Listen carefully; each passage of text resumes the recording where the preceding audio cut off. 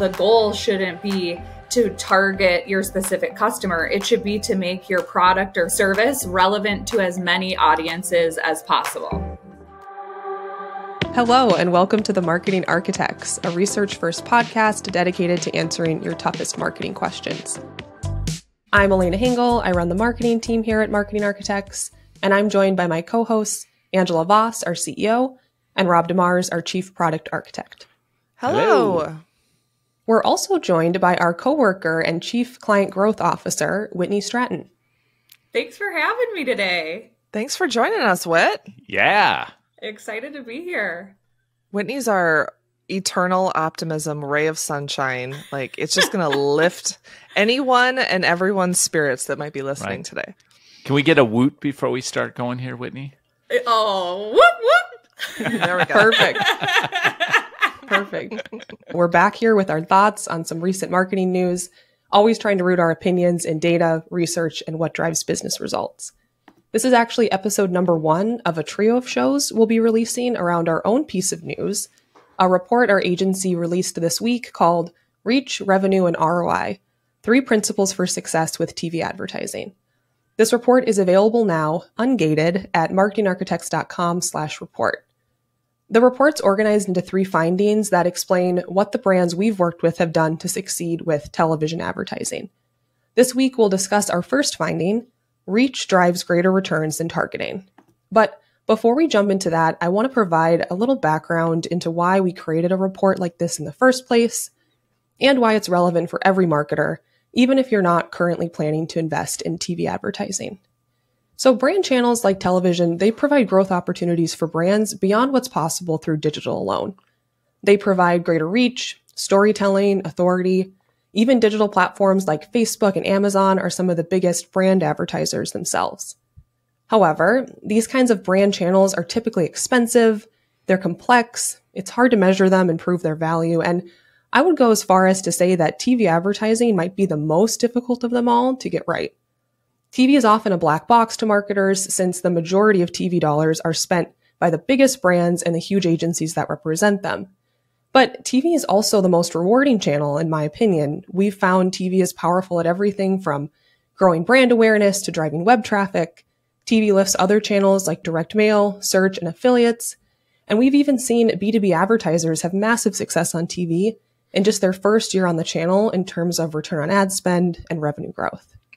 But even if you never advertise on TV, the 3 findings we're going to share over these next 3 weeks can be applied to any brand or mass marketing initiative you undertake as a marketer. But we are a TV-only agency, so we use TV as our example because, well, that's where our expertise lies. And we've always been an agency that wants to share what we know and not gatekeep what's really worked for our clients. We even wrote the book on TV advertising, but that book is really more of a practical guide to getting onto TV. But over a year ago, we decided we wanted to dive deeper into why we've seen TV advertising work so well for our clients when so many brands try and fail on the channel. We thought there must be some underlying principles that have driven our success that all marketers can learn from, regardless of whether they work with us or not. So that led us to a mission that we called Operation Holy Cow.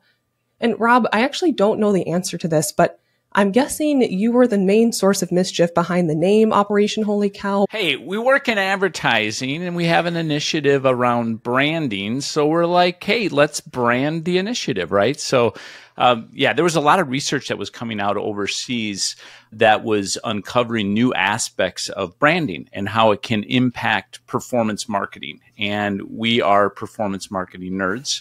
So we're like, okay, we definitely want to have, a significant initiative around this so that we can uncover some of the things that we found and how does that marry with the new research that was coming into our scope. So we're like, okay, well, we need to brand this somehow. We need to name it. So, so we kind of broke it down. Branding is kind of a holy grail in marketing, right? It's kind of this intangible thing, that this kind of mysterious force. So hence the word holy.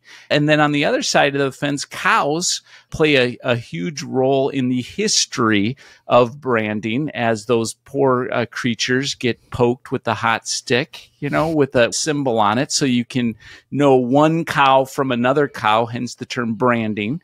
So that's how we came up with the initiative name of Operation Holy Cow.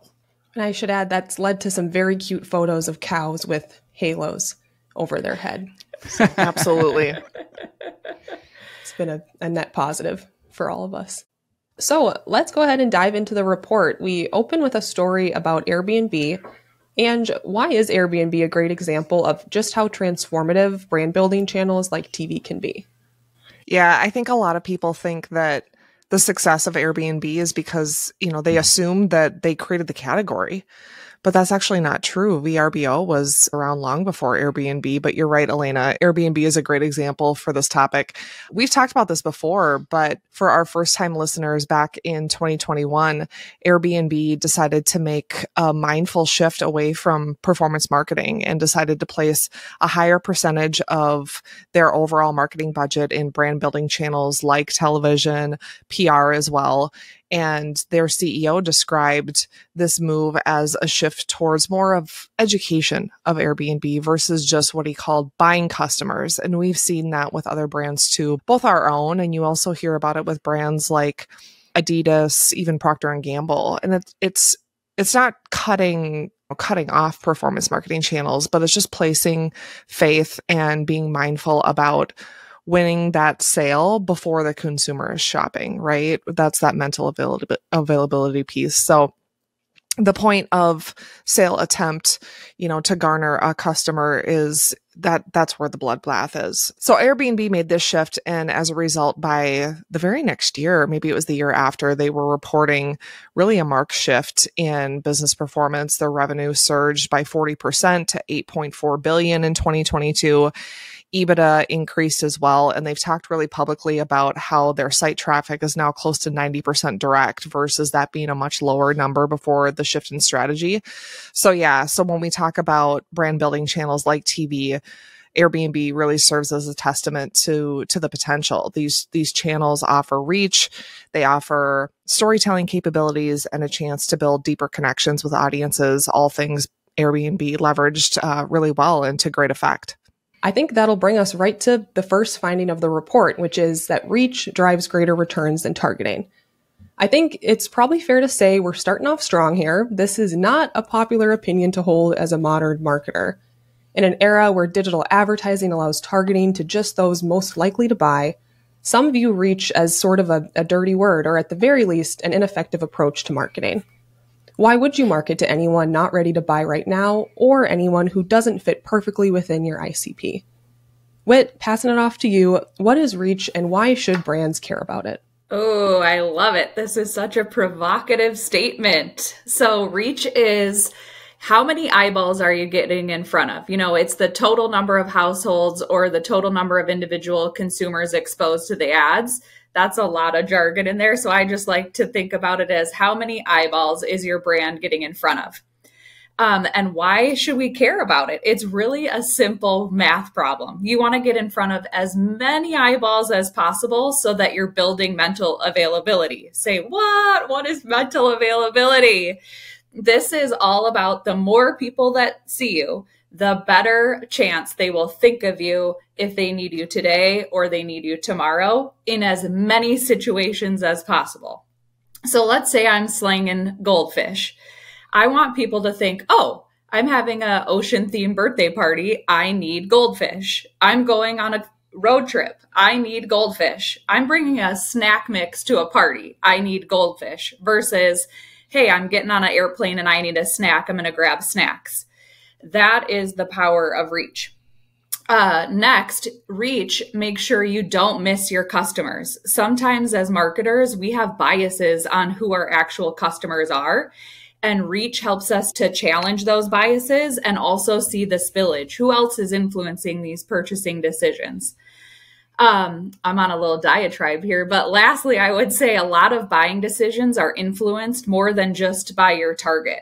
So the goal shouldn't be to target your specific customer. It should be to make your product or service relevant to as many audiences as possible. Love it, Whitney. I can tell that you have a young child because of the goldfish example. I've never heard that for mental availability. But now I want some goldfish.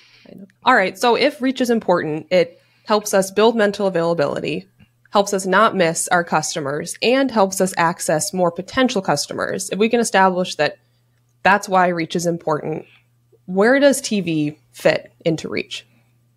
Well, arguably, it is the most mass-reaching channel. It can reach large audiences with one ad. So they are super high impact. They're emotional, they're engaging, they're helping to immerse the viewer in multiple senses, and they capture the viewer's attention for longer. So what this does is it makes sure that your brand is more likely to be recalled and remembered, and that you're top of mind when you need to make a purchasing decision, like what snack am I going to bring? So that is first and foremost why we believe that TV is so important for reach. Secondly, it is getting in front of new audiences. You're getting in front of new eyeballs, and it's reminding your current customers of you. So the more people you're reaching, the more chances you have that people start searching for you, which means you widen the top of your funnel and all of your bottom metrics are going to hold. So it's going to have a tremendous impact for your business. I think we talked a little bit about buying decisions being influenced by more than just your target. And at the outset, you talked a lot about B2B. Purchasing decisions in a business usually take, 6 to 8, depending on what research article you're reading at the time, to make a purchasing decision for a company. So the more people who know about your brand when they need to make a decision, the better shot you have of your brand being the top choice. So that's how I feel like TV really supports this mission of reach. Right. And Whitney, you lead our client team. So you've seen reach impact a variety of different brands. And in the report, we end up talking about one client in particular, which is Joybird. They're a furniture retailer and a manufacturer, and they've used TV's reach to drive more than 700,000 web visits, 16,000 orders, and more than 7 times return on ad spend, which means for every dollar they spent on TV, they drove $7 in return. And for people that aren't familiar with TV, that's very, very positive. So Whit, how did this principle of reach help them succeed on TV? Well, I think first of all, more people started to see Joybird and their wide range of unique and customizable products with new audiences. So that drove immediate traffic to their website today and started to build their brand for tomorrow, for when, if people were looking for furniture immediately with a lot of house projects going on and that type of thing, Joybird was top of mind. And then if they had a project in the future, they were like, oh, hey, I remember seeing this brand that had customizable, unique furniture. I'm going to go check it out. And it was Joybird. So it allowed them to connect with as many potential customers as possible. And we used both linear and connected TV to find where their customers were at, find that spillage, find those influencers. And at the same time, we have a great platform that allowed us to make sure there wasn't overlap. So were we really finding incremental new eyeballs to get in front of? Along with all of those great stats that you shared about search and sales, that's great too. But we also saw that their awareness, preference, and intent to purchase metrics increased as well, which those are leading indicators that the customers that you want to reach in the future are going to be ready to buy from you. Great. Thank you, Whit. What about other clients? I know that you've worked with a variety of brands. How else have you seen reach benefit the marketers you've worked with? There's just so many fun examples. I think I'll start with one that is deep in our history, which was the Hurricane. So this was a product that we were brand and product we were advertising for. And you'd think who's buying the cane is somebody who needs a cane. And out of our research and insights through using reach, we found that the majority of buyers were actually the children of the adults who needed the cane versus the cane users themselves. So that's great. You have this insight. How does that inform now what you are advertising about, your message that you're putting out there, your reasons to believe? And that's going to power your reach strategy and making sure you're getting in front of all of the right people to make the decision there. So that's a really fun one. I think another one would be with nuts.com. I think we had a lot of biases around who was purchasing snacks. We thought it was the moms. And actually, when we looked at the power of reach, it was a lot of dudes were buying it. That really helped us to challenge what types of people we were using in the ads, where we were placing the ads, and making sure we weren't boxing out 50% of the networks on television based on who's watching on that station. So I think that is another example. Lastly, I would say beyond just driving new customers, reminding existing customers, the power of reach extends beyond that. I've heard so many stories about we have an online education partner who had new universities and partners reaching out to them to be part of the platform. We had new distribution channels so Nuts, again, for example, you can imagine like they sell wholesale snacks, and their distribution partners and new partners started to reach out to them. You now see nuts.com on Delta flights when they're handing out your peanuts and your little sparkling water. I think you got to think about the power of reach with Dish and DirecTV. You're airing your brand in restaurants, airports. I'll tell you, when you see your brand air on a TV, on a Boeing 77 with 300 TVs at once, I mean, I got goosebumps. That's the power of reach. Your brand is getting in front of as many people as possible. And you never know what that person can do or bring to your business. We had Disney reach out to one of our clients and ask them to be a partner. So it allows you to have all of these network effects that really strengthen your business and the ecosystem around it. If you're a marketer, you already know TV advertising is powerful, but launching TV is not exactly easy. That's why Marketing Architects rebuilt TV advertising to help brands drive profitable growth. Introducing All-Inclusive TV, a revolutionary approach to TV advertising where all you pay for is media. Marketing Architects provides everything else needed for success, from stunning creative to results you can trust. Visit marketingarchitects.com to learn more. Yeah, Whit, how often do you think TV reveals new customers? Because I was thinking about this portion of the report this week, and while I love the idea of mental availability and not missing your customers, that third piece we talked about of TV's ability and Reach's ability to help you access new customers, that's a really fun one, because that's the greatest story ever when you get to say, well, this brand, they thought their target was women of this age, and then you open up this whole new field of customers that you could go after. It's like every marketer's dream. And I was wondering, since the rise of digital, we're all now so used to being able to target exactly who we think is going to buy our product. And I wonder if, in your experience, has that led to more brands than before being surprised when they go onto TV? Because when they start talking to us, I'm guessing they have a very specific idea of, this is my customer, this is who I want to target. How often would you say they're surprised after they go on television? I think that is a very common reaction, very surprised. And I think where the power comes in is you realize very quickly you're going to eat up all of those customers, and you need to figure out how to open up the top of that funnel. And the best way to do that is through reach, because you start to see little pockets of where people are raising their hands and where people are home. And then it's our job as marketers to tailor messages that show those potential pockets. Hey, this is how we're relevant to you. This is why you need us. This is how we're going to serve you. And so, yes, I would say that's a very common reaction. Rob, does that lead to new creative sometimes? How often when, say, you're a brand and you figured out, like the hurricane, oh, we have this whole new base of customers, how often would that change a creative strategy? There are certainly moments when there's that discovery of a new audience, and that is really exciting for the creatives because it just unlocks a whole new storyline potential, new avenues for fresh creative. So yes, it definitely happens. It doesn't happen all the time, but it certainly happens. And when it does, it's a really great opportunity for the teams to go in a new direction.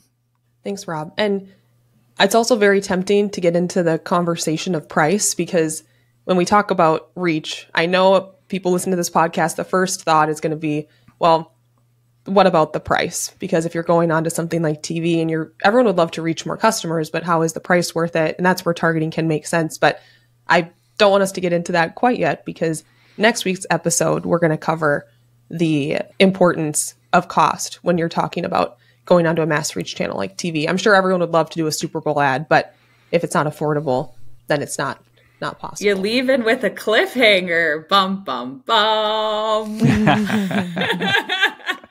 So if I can just summarize us here. First finding, reach drives greater returns than targeting. Pretty spicy, but reach is important. It helps build mental availability, helps us not miss our key customers, and helps us access more potential customers. And of course, there's a whole lot more that goes into why reach is powerful. And Whitney did a great job of taking us through why TV in particular is so great at driving reach. Some may even say it's the best. Not us. Other people have said that too. So, Whit, thanks for joining us. It was great to have you on the show. That's it for this episode of The Marketing Architects. You can connect with us on LinkedIn, and if you find our show valuable, please leave us a rating and review. And if you want to know what the research says about some recent news, you can contact us at marketingarchitects.com/podcast. Now go forth and build great marketing. Do we want it to be a lot? There's the outtake for later. No, I know. I just. I mean, don't say not a lot, but just say. Okay, let me redo that one. I mean, it's not wrong, but it could be more right.